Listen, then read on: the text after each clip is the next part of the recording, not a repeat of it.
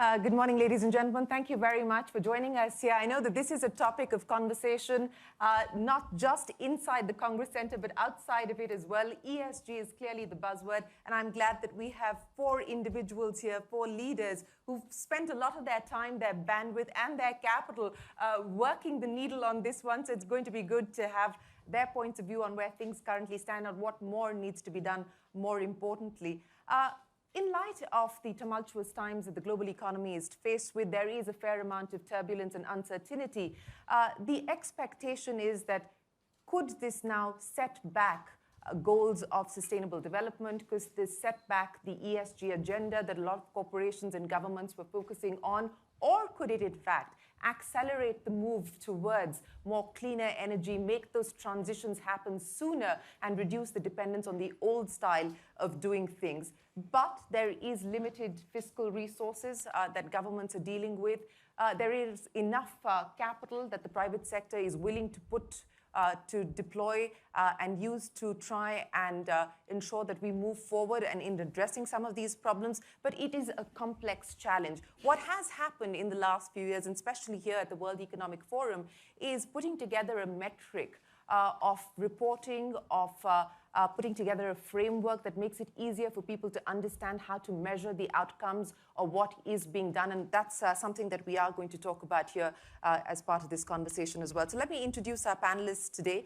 Joining me, Laura M. Cha, the chairman of the Hong Kong Exchange and Clearing at Hong Kong, China. Thanks very much for joining us here, Laura. Emmanuel Faber, Chair of International Sustainability Standards Board, IFRS Foundation of the UK. Alan Jope, the Chief Executive Officer at Unilever. And Brian Moynihan, the Chairman and CEO of Bank of America. And of course, he's also the Chair of the World Economic Forum's International Business Council. Laura, gentlemen, thanks very much for joining us here. Brian, let me start by asking you, since you were the early mover as far as the WEF's ESG IBC Council was concerned, do you fear that given the volatility and the turbulence the global economy is faced with today, that we're going to see a setback or an acceleration on ESG?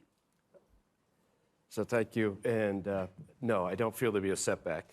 And so we can stop with that answer, or we can go more broadly. But the reality is that operating companies have made commitments along multiple dimensions. And so when a company makes a commitment and their customers, their employees, their shareholders, the societies they operate in see that commitment. You can't just say, oh, it's inconvenient right now. And so those commitments are long-standing. It goes to who the companies are, what they are. And so, if you think about the International Business Council, over the last 3 years, we started developing metrics that we thought were common enough across industry where material would cause the consolidation of the thought process of the multiple metrics, but more importantly, statements of what capitalism can do to solve what the world needs from us. The SDGs, the Sustainable Development Goals, say this is what the world wants from us. We have a tagline, our advertising, what would you like the power to do? The world told us in a number of years ago, 190 countries, whatever it was, said this is what we need. It takes $6 trillion to finance those a year. People have debates was 6, 8, but some big number. And the only way you're going to do it is to take, charity can't do it, not enough money. Wonderful, not enough money. Governments don't have the fiscal capacity. Capitalism has to do it, and stakeholder capitalism is the definition. The metrics measure that. They're against those SDGs. 140 companies adopting it. So how can they go backwards? They've told, they're in our annual report. They're in other people's. How can they say, oh, this, there's a disruption. We got to watch. It goes to the core of who those companies are and how to do it. And Klaus with his leadership over 50 years, it's all come together. So I don't see there's a way you can walk away from it because your customers won't let you, your employees won't walk. Your shareholders won't let you, and by the way, society won't let you. Well, I certainly hope that is the case. And Alan, that's exactly what I want to talk to you about. How important is it that we now have this metric framework in place, that it is starting to influence customer behavior, it's starting to influence investor behavior as well? What are the changes that you've seen on that front? Well, look, it's been a torrid time for the world over the last 2 or 3 years. But one constant is that Unilever's investors have exhorted us to continue on the path of putting sustainability at the heart of our business model. And I think the reason that we're getting that feedback is for hard commercial purposes. Unilever's not an NGO. We're a commercial organization, and we're finding more and more evidence on, let me just pick 3 axes. consumers, particularly young people, are making brand choices based on the social and environmental impact. Our sustainable brands that outperform on environmental or social contribution are growing much faster than the rest of our portfolio. Secondly, we've got to get away of this, we've got to get out of this thought that sustainable business is more costly. It is in some places, but net, we believe we've saved about 1.2 billion euros of cost by getting onto efficient energy early.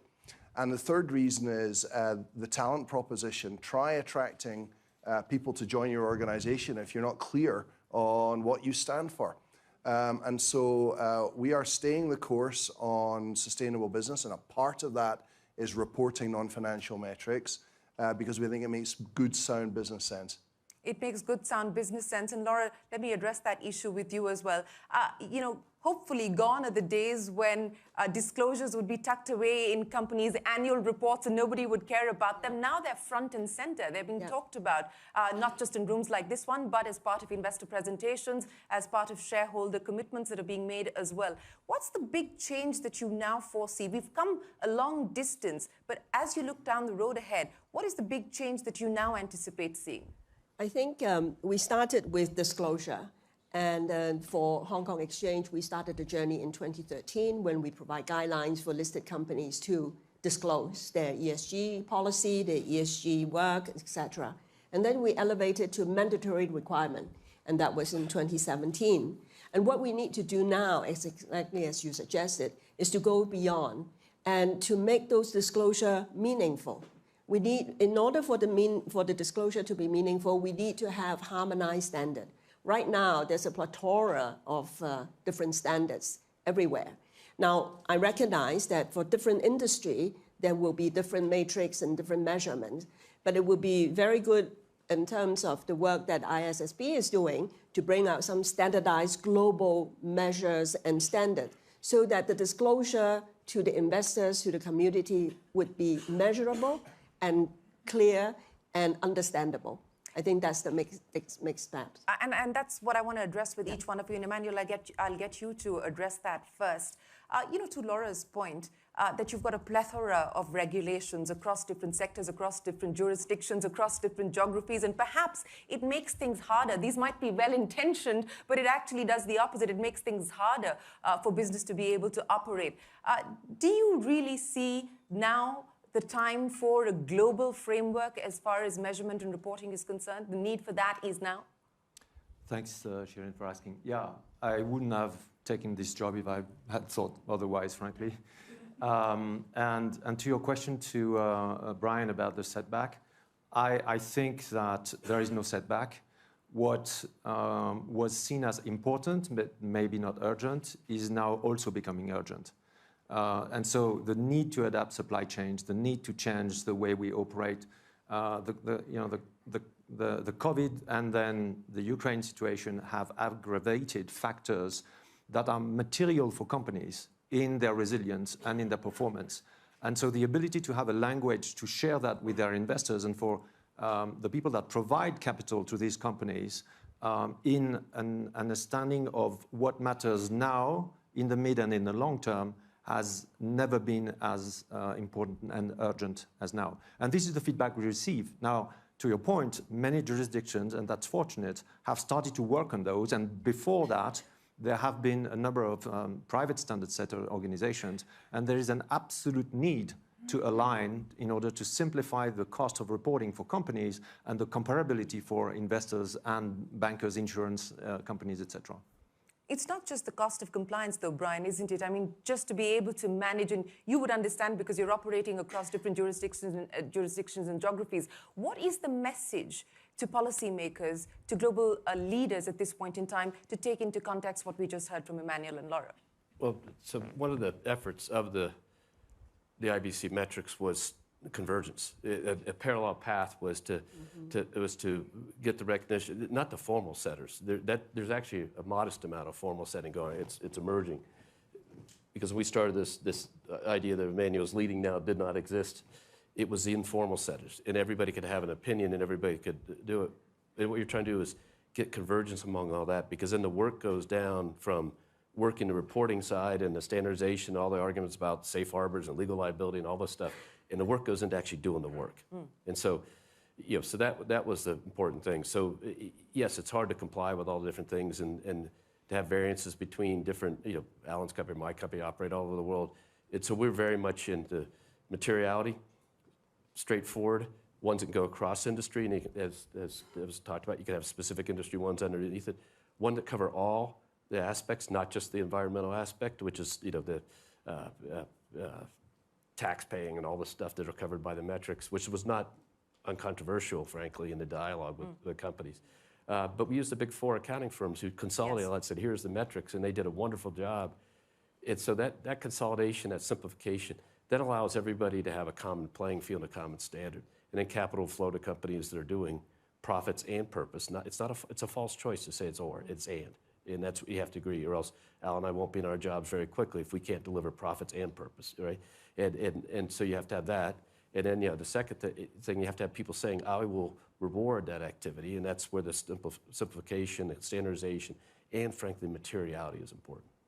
And, to Brian's point about being able to converge passion, profit, purpose, and I know Unilever is a big believer in that as well. But what are the big challenges that you see? We talked about, global supply chain disruptions, building resilient supply chains at this point in time that also keep in mind the ESG goals that we want to attain. What are the big challenges that you see around you at this point in time? So, Shireen, the question of what are the big challenges that we see at Unilever is a 90-minute answer in the current circumstances. I'll try and keep it to the subject of non-financial metrics and ESG metrics. Well, Unilever has been fairly advanced on this idea of reporting non-financial performance, planetary footprint, social footprint for 20 years now. So we want to be at the leading edge of this. But I think we're at a point of great danger right now. We are in danger of letting perfect get in the way of good, of letting complex get in the way of simple, and of letting local get in the way of global.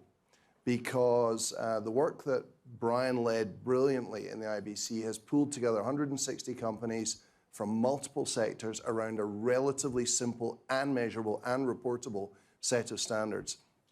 The professional work that Emmanuel's leading is exactly how you take the IBC work and take it to a professional standard setting. But we are in danger of different jurisdictions setting extremely onerous standards that are different from each other. And that would be a setback, not a step forward for ESG metrics. And I think that point has been well made here on the panel. But Brian, you talked about capital. And let's address that issue because you said that it is going to be private capital that will provide the solutions to many of these issues and many of these challenges that we face globally. What we are seeing, and I come from India, and what we are seeing at this point in time is a lot of ESG-linked funds moving money into renewable energy, moving money into green technology, clean technology, agri-based businesses, and so on and so forth. Where do you see the flow of capital in the context of the ESG goals today? And what kind of money are we now talking about as we move forward? Well, so we have $4 trillion, round numbers, in the Merrill Lynch and a private bank platform, which investors are asking us down to the individual account holder invest, consistent with the research that we publish through our research team, that companies who don't perform well on these types of metric systems, if you avoid those companies, you avoid the bankruptcies, you avoid the losers. So that's going on. But honestly, what we're trying to do by aligning the companies against it is which would you rather have, the $25 billion of funds that have been developed, or $30 billion in ESG products, and there's a lot of that going on? Or would you rather have the annuity stream that's our $60 billion operating base every day put to work, or the $3 trillion balance sheet we have put to work in that way, or Alan's operating base? And if you take all the operating expenses of all the companies in the world, and you think about dedicating that to move, constantly in the way. So our purchase of power is $100 million a year. That's not going to change the course of history, but we can do a solar installation, as we've done with Duke in North Carolina, to get more clean power so we can keep meeting that goal of our direct power usage. But you take a whole bunch of companies, that creates the investable revenue stream. That's the recurring nature of capitalism, which is a profit motive means the money isn't given away and then it has a return, so it can perpetuate from an investor side. 200,000 people, a $3 trillion balance sheet, 60 billion expenses. You start aiming that gun, and you take that across all these companies, it is huge, as opposed to government trying to fund it out of their pockets. Yeah. So that's the alignment of capitalism. So the investors are also important because they'll then say the companies are profit, same purpose, and delivering on the metrics will get more capital, and the ones that won't will get less. That'll keep pushing people in a direction. But it's actually the operating companies will make the change happen. The net zero commitments by the operating companies around COP26 are unbelievable if you start to think them through. The activity that they force downstream is just unbelievable. And by the way, companies like Allen and stuff have been doing this for years, but think about the volume of companies that are committed now. Yeah, absolutely. You're right in pointing that out. Emmanuel, what I want to address with you, and I was talking to a CEO yesterday who said that we need to change the way that we look at return on capital employed, and we need to look at it as return on environment and climate. Are you starting to see this kind of a paradigm change, a paradigm shift across corporations, more so, not just the large ones, but even the mid-sized ones as well? Well, I think what we clearly see is that there is no CEO, frankly, today that is not wondering about the mid to long-term resilience of her or his business in terms of both environmental and social, I would say. Again, what's really missing in the ability to execute is a language that allows that discussion to happen at the board level with the shareholders and to connect with what matters, because for the time being, accounting accounts, but doesn't count what counts as well. And we absolutely need to have that on top. So whether you call it a return on whatever, but the question is really to create those metrics, and as Alan said, in a manner that is not onerous, because if we want it to be used broadly, we want it to be simple, as simple as possible. But to be very clear, it's not going to happen in one day. We're talking about, at the end of the day, a different sort of accounting. At the end of the day, a long journey.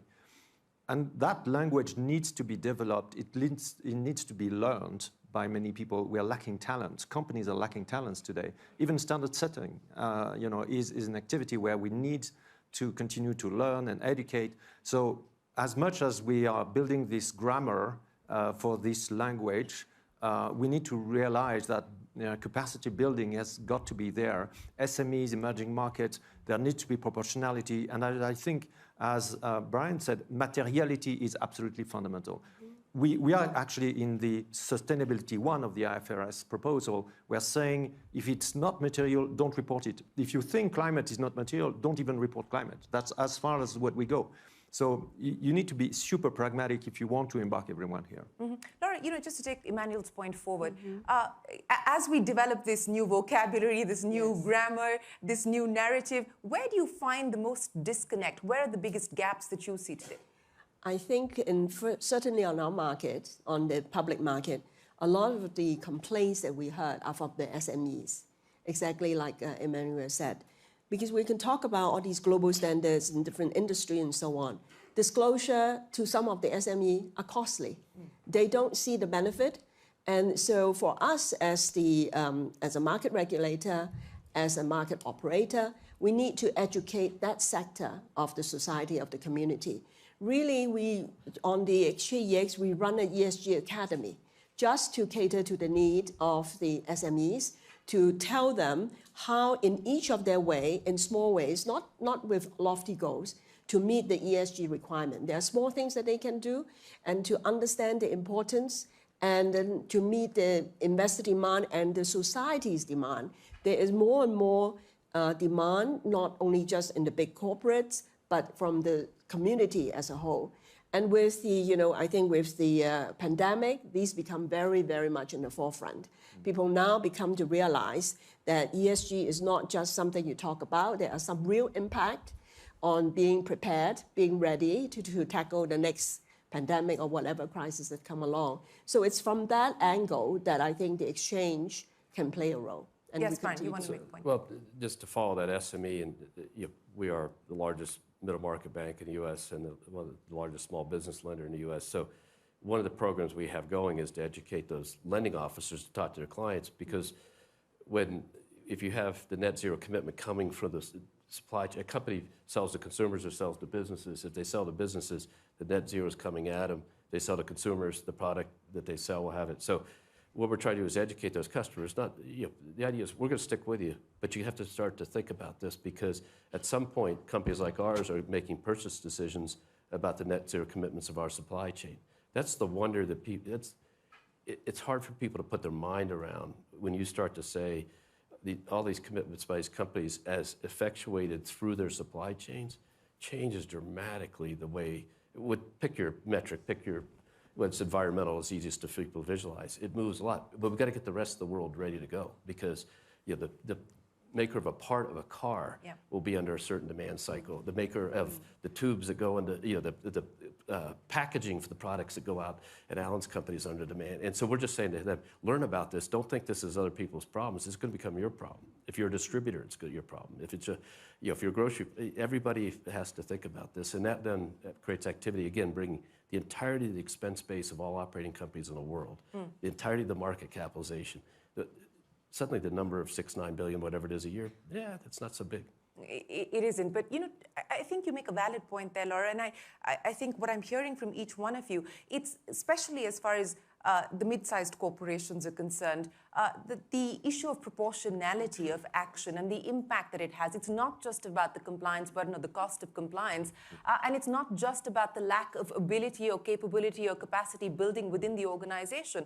How are you, for instance, Alan, helping your supply chain understand not just the importance, but also perhaps handhold them to be able to achieve and walk the same path that you're walking on? So think about, I love the argument that Brian's making, that if we really want to have impact, it has to go from government and regulators into the capitalist system and big companies, small and medium-sized enterprises, but actually the ultimate democratization, the ultimate way of moving markets is when the consumer is voting with her wallet. And so two things that we think are important. First of all, we've pledged that we will only do business with suppliers who are, for example, paying their people properly, a fair living wage. We will only do business with suppliers who have made net zero commitments. So we can take our impact into the entire universe of people who work with our company.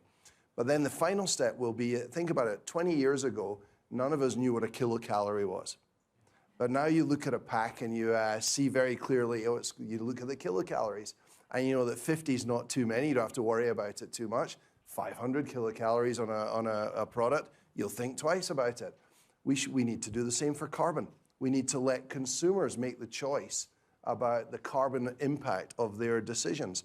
And that requires standardization so that we're all able to label, for example, the carbon footprint of different products that we buy, and let the market decide. And the market will move towards low carbon alternatives. So I think that's the final flush through the system, is when the end user is making the decision and changing the system. Right. So just to follow through a different segment of consumer, the group of companies in the Sustainable Markets Initiative, which we're involved in, Prince Charles and stuff, on the fashion industry has developed a QR code you can hit that goes provenance from a standpoint of where the cotton came from. Was it done the right way? It also goes on the repair side, which is interesting, goes provenance of this was 2022 done in this month with this fabric. So if it needs to be repaired, it saves them months of trying to figure out how to do it. So that changes the wearability for longer term.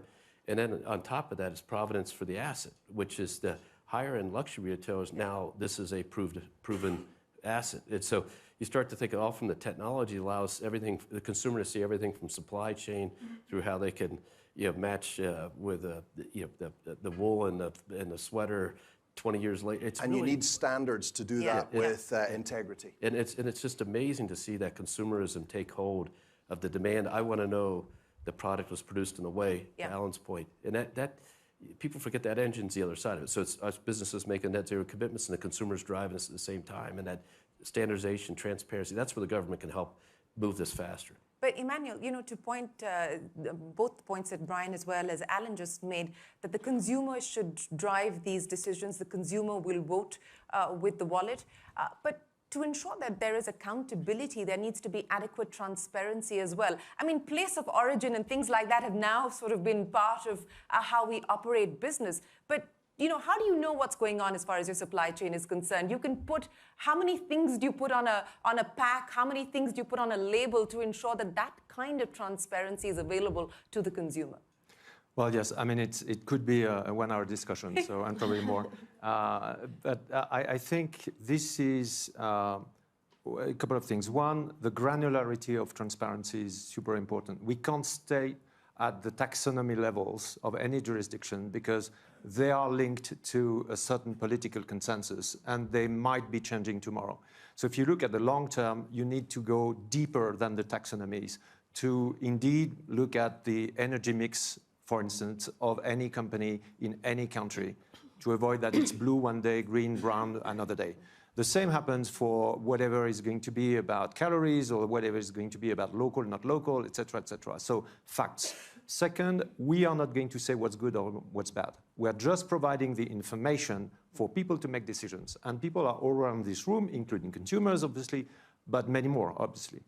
Where there is, I think, an additional, absolutely groundbreaking work and task in front of us is about this piece about education and support that Unilever and others are providing for their farmers and for their supply chains and for et cetera.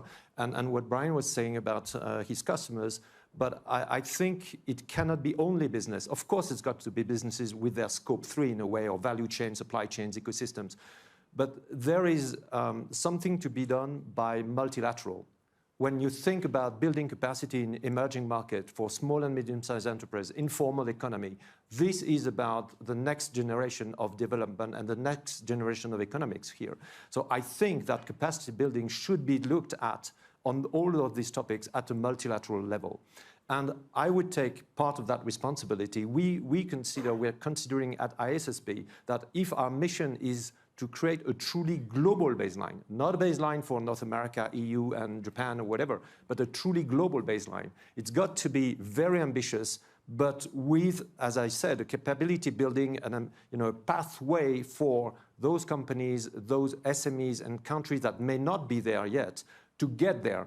And that will require, on top of education and others, probably the development of digital solutions, tools that could be implemented easily by those entities that cannot report and have the 100 people that it would take at a multinational company to do that. And I have to say this is a completely new aspect of that, but that is a very essential aspect if you want all those value chains to be actually inclusive and not exclusive of the goods and the bad people in a way.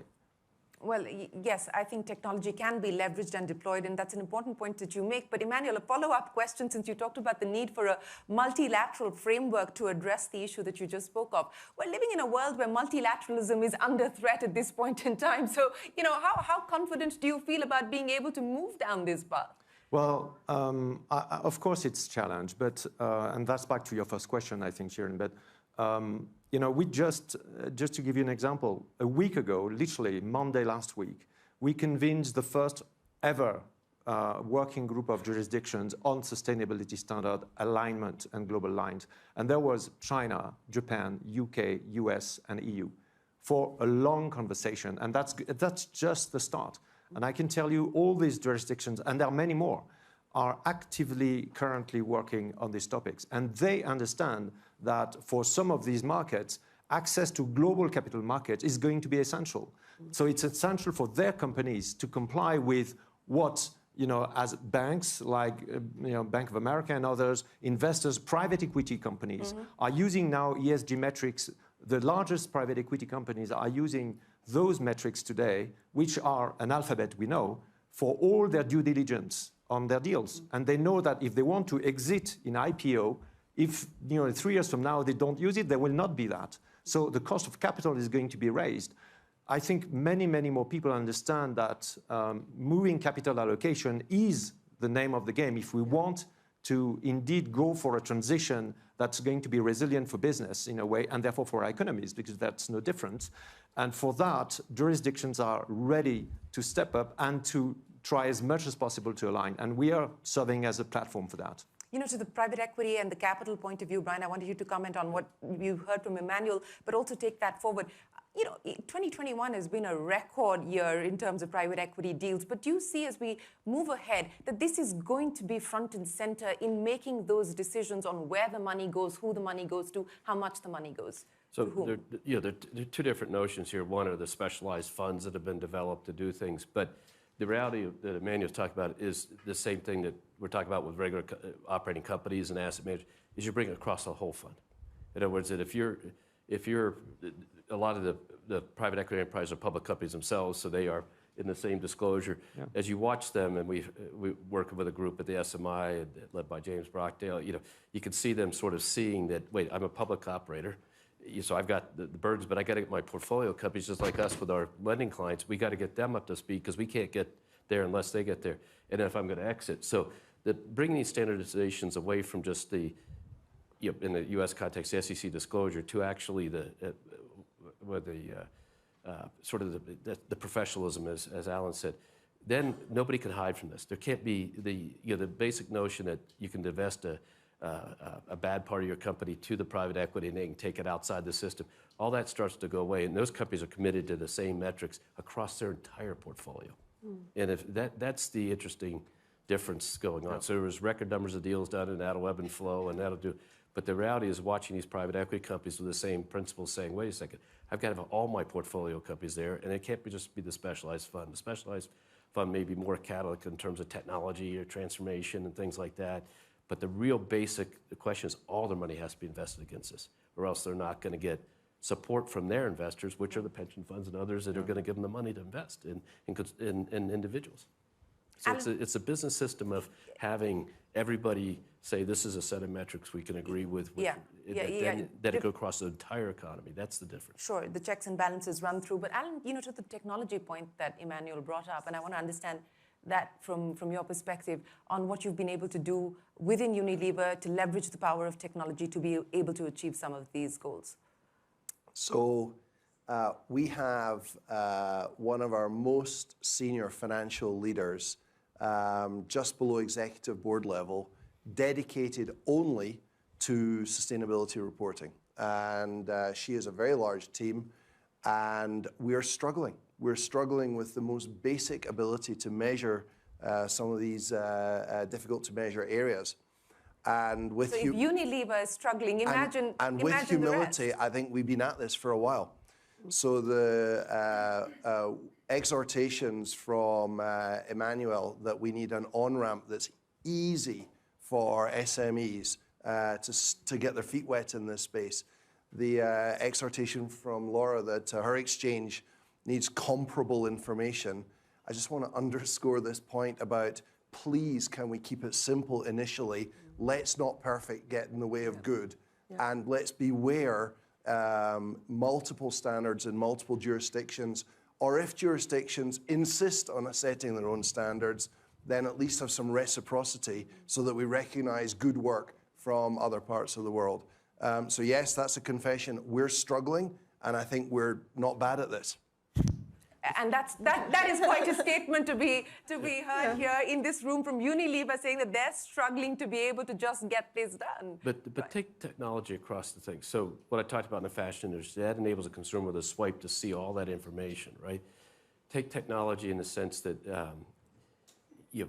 it's going to, in a portfolio, if you think over the last several decades, to a $5,000 account in our investment group, if there are 10 consumer products companies in there, and Unilever is a good company and X is not a good company, they could say remove that to that level of account size. So you democratize through technology the ability to have individuals have an impact on where capital goes, this technology just changed everything. So it's hard, it is difficult, and we agree, and it takes talent, and this is why we got to make it not burdensome, that Emmanuel and Alan said.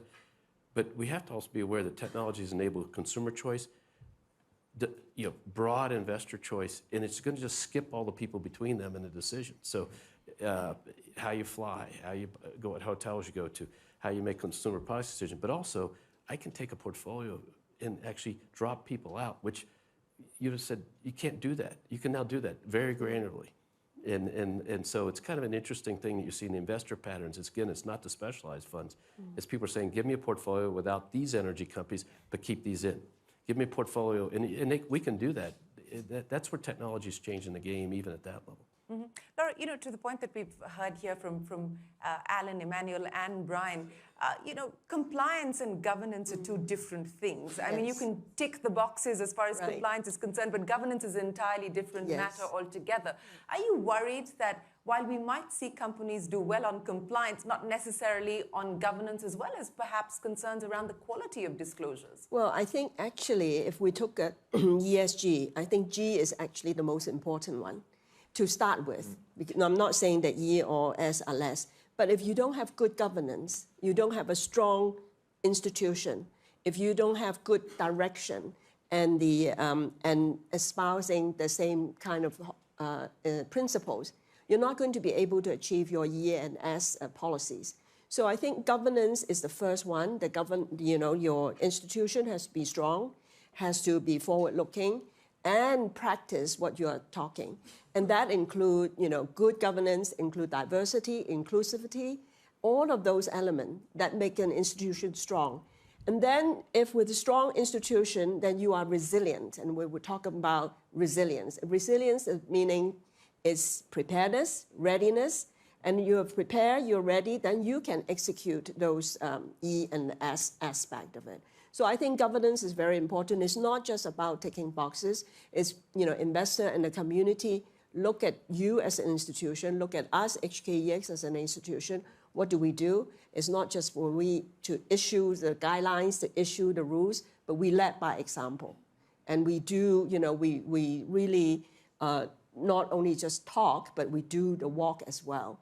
I think if each institution can do that, that is a very good place to start. Emmanuel? I'd just like to double down on what Laura said. Thank you for sharing this, Laura, because there's actually one vaccine against ESG greenwashing that was invented, I think, 5 years ago, and that's when TCFD was adopted and pushed by the G20 leaders. We believe so much in that we've taken TCFD, which is climate initially, from climate to the overall arching sustainability standard for us as a principle. And TCFD is not about metrics and targets. It's not about that. It's not about only risks and opportunities. It's not about only strategy and how you are designing mitigation, transition strategies, adaptation, etc. It's about the governance of it. And you are not meeting our standards if you're not responding on those core components of TCFD.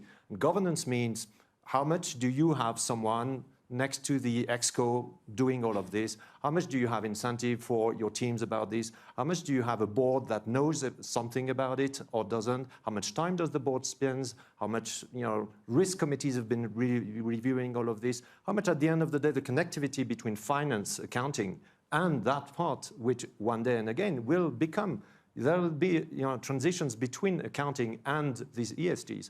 So I just want to repeat, TCFD is fundamental.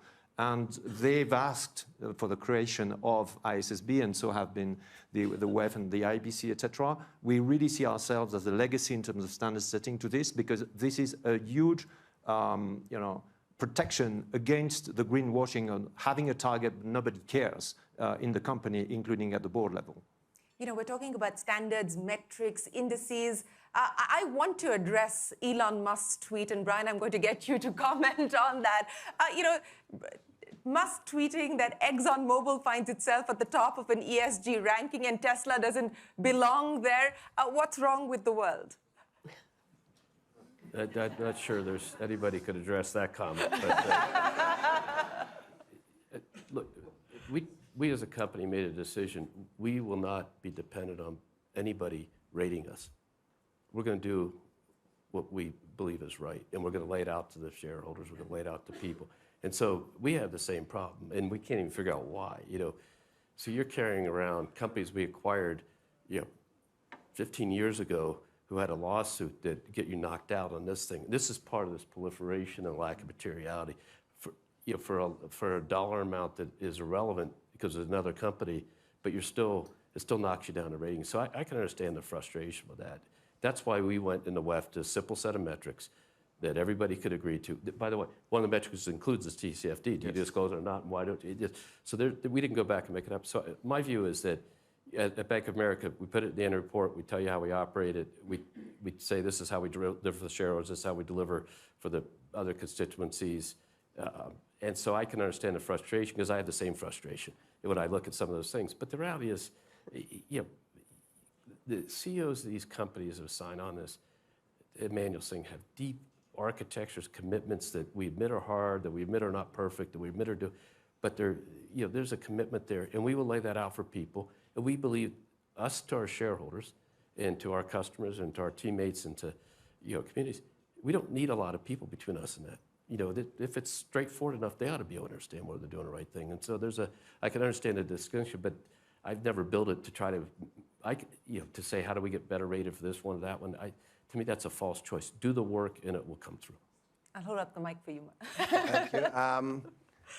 There are about 15 different credible ranking systems of companies right now. And of course, we've looked at how Unilever stacks up on all of them. And on average, we do quite well, but there are a couple where we don't do very well at all. And this is exactly the point of this conversation. You shouldn't be able to pick and choose the index that you demonstrate your credentials against. And so I think Elon can relax because there's plenty of other rating systems out there where I'm sure Tesla will come out absolutely top of the pack. And the real point is we shouldn't pick and choose rating systems. There should be a common standard that we can all use as asset owners, asset managers, and companies. And that's exactly the work that Emmanuel's leading, and I think it's an important piece of work. We'll have to check if he tweets back to you. But ladies and gentlemen, we've got about 2 minutes left. If there's a question here, there's 2 hands up here already. We'll get a microphone to you. There's a gentleman right here and a lady right there. I'll give the lady the first opportunity, and then we'll get to the gentleman. Go ahead. Thank you so much. Good morning. Thank you for having me here. I'm Camila from Global Shapers Community. We talk about metrics, standards, language. So with language, to talk about language, we need to talk about adaptation, resilience, and so from your perspective, how we can address culture to the ESG equation?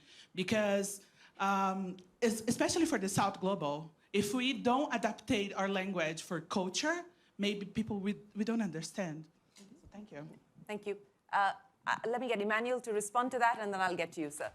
Emmanuel. Yeah, thank you, Gabriel. I mean, it's an incredible, difficult and important question because I fundamentally believe that culture is more important than anything else that we've been discussing for 1 hour now.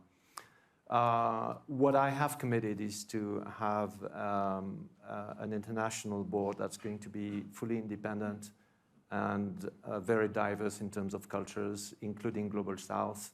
I'm deeply committed to this. I live and work in a number of emerging countries, and I'm deeply convinced that indeed without our language to be addressable mentally and culturally, that will not fly. And yet that's got to be a global language. So it's a huge challenge, and I can't say more than just a commitment to take that into account in the way we work. In a transparent manner, all the boards, talking culture, all the board meetings are going to be public. Anyone can attend, when we meet and decide about what are going to be the standards. And there will be a number of items that we want to make sure reflect that openness and inclusiveness that I think you'll address, for the right reasons. Yes, sir. Go ahead. So Emmanuel, you have the most difficult job in the world. The last time there was an innovation in the accounting was 1492, and the double entry standards were discovered. So good luck. My question to actually, maybe Brian, to you is, when I talk to the CEOs, my name is Subhash. I'm CEO of a company called GEP. We are supplier to both of you guys. All the CEOs are genuinely committed to the ESG. But when we go to the next level of managers, I think there is a disconnect. They still don't have proper budgets, tools, and the mandate. I think that disconnect needs to be reduced. Any comments on that? I think it's the business systems that you build around it. So the measurement systems, the metrics. So as we look at say diversity, we measure it down. We're 7 levels in our company. There's 200,000 people. Everybody has it in their quarterly reports to me. Every single level, every single movement across all the different dimensions. So there's no place to hide. Are you making progress or not? Transfers in, transfers out, new hires, people left. It's all out there. And then we put the roll-up of that into the world. So I think it is about how you measure that. Now, the trick is, how do you get into the environment for the commercial banking group? How do they think about it? First is educate them, they educate the customers, and then you start to think about, our portfolio target commitments for for our net zero commitments and how you sort of allocate that out. So those business systems, as Alan kind of mentioned, are still developing, but it's all about just having measurement systems that are aligned. And so my scorecard of the board is, along our 4 pillars of responsible growth, which would have similarities to what we're talking about. And by the way, that goes all the way through the management team scorecards and all the way down. So you just have to have the measurement systems, is what I've learned over the last several years that take this in.